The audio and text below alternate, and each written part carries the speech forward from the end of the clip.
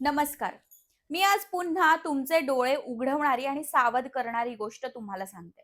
आपण आपल्या लेकीला प्रायव्हेट शाळांमध्ये टाकतो. विशेषतः माझं लेकरू इंग्रजी माध्यमाच्या शाळेत शिकलं पाहिजे, हा अट्टहास असतो ना तुमचा. मग त्या लेकराला गावातली शाळा ओलांडून शहराच्या शाळेत घालता. रोजची ने-आण करण्यासाठी व्हॅन लावता. अतोनात खर्च त्याच्या करिअरसाठी करता. पण एक सांगू का? तुम्ही त्या लेकाच्या भविष्यासाठी खर्च केलेला पैसा खाजगी इंग्रजी माध्यमाच्या शाळा स्वतःची प्रेस्टीज वाढवण्यासाठी खर्च करतात. जसं मी मागच्या रीलमध्ये सांगितलं, की बाह्य प्रलोभनाच्या माध्यमातून तुमची फसवणूक होते. ती कशी? तेच मी तुम्हाला या व्हिडिओत सांगणार आहे. त्यासाठी हा व्हिडिओ शेवटपर्यंत नक्कीच बघा. आज मी काही अशा गोष्टी उघड करते, ज्याचा विचार तुम्ही कधी केलाच नसेल. 1. तुमच्यावर पुस्तकं, गणवेश, शालेय साहित्य खरेदी लादणं. दुसरं, विद्यार्थ्यांचा मानसिक छळ.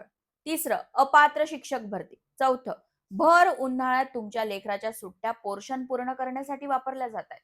शहादा शहरातील चावरा इंग्लिश मीडियम स्कूल इथे पालकांची पुस्तकांची जादा दरात विक्री करून लूट सुरू होती. ही बाब लक्षात येताच शहादा ग्राहक पंचायतीने नंदुरबार जिल्ह्याचे पालकमंत्री हसन मुश्रीफ यांच्याकडे धाव घेत काही गोष्टी निदर्शनात आणून दिल्या आणि चौकशीची सुद्धा मागणी केली. या पत्राच्या माध्यमातून गंभीर बाबी पुढे आणण्यात आल्या. शहाद्यातील चावरा इंग्लिश मीडियम स्कूल ही सर्वात जुन्या खासगी शाळांपैकी एक शाळा. इथे ज्युनियर केजी ते 10वी पर्यंत सुमारे 7 ते 8,000 विद्यार्थी शिक्षण घेतात. परंतु मनमानीच्या हद्दी ओलांडून या शाळेने पालकांशी गैरव्यवहार केला. पहिलं, पुस्तकं व शैक्षणिक साहित्य खरेदीची बंधनं घातली गेली. त्यातही या शालेय वस्तूंची फी ऑनलाईन घ्यायला नकार दिला. या डिजिटल युगाच्या काळात ही शाळा काळे धंदे करण्यात माहीर निघाली. छापील किमतीपेक्षा अधिक दराने विक्री करून पालकांची आर्थिक लूट केली गेली. शहरातील विशिष्ट दुकानदाराकडूनच गणवेश घेण्याची सक्ती केली गेली. यासाठी शाळा व्यवस्थापनाने विशिष्ट दुकानदारांशी संगनमत केलेलं पालकांच्या लक्षात आलं. त्यासाठी दुकानदाराचे व्हिजिटिंग कार्ड सुद्धा विद्यार्थ्यांना वाटप झाले होते.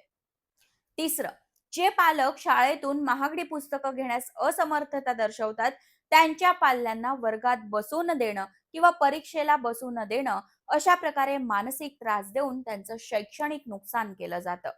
चौथं, शासन नियमावली धाब्यावर बसवून मनमानी पद्धतीने फी आकारली जाते आणि एखाद्या पालकाने नियम दाखवायचा प्रयत्न केला तर त्याच्या पाल्याचा निकाल दिलाच जात नाही.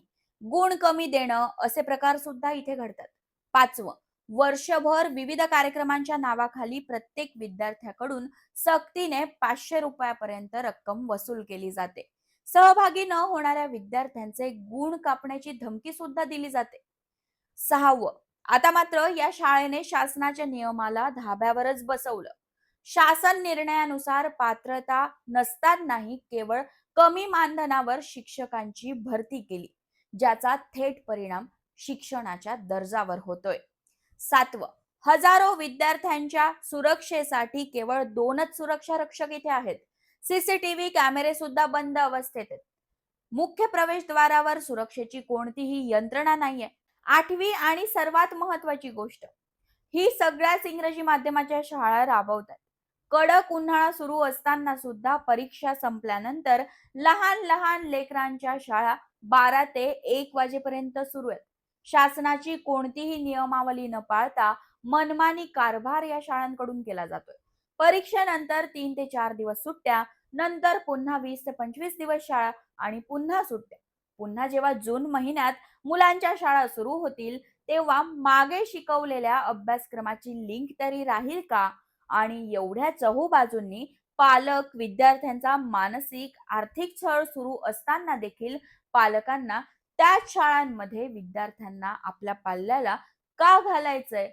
त्यांचं भविष्य धोक्यात घालायचंय की सरकारने दिलेल्या सुविधेचा वापर करत त्यांना सरकारी शाळेत टाकायचं, याचा विचार पालकांनीच करायला हवा. तुम्हाला माहिती आहे का?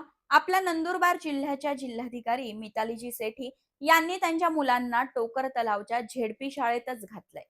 मुलांचं भविष्य तुमच्या हातात आहे. खूप पैसे खर्च केल्यानेच मुलांना क्वालिटी एज्युकेशन मिळेल हा भ्रम आहे.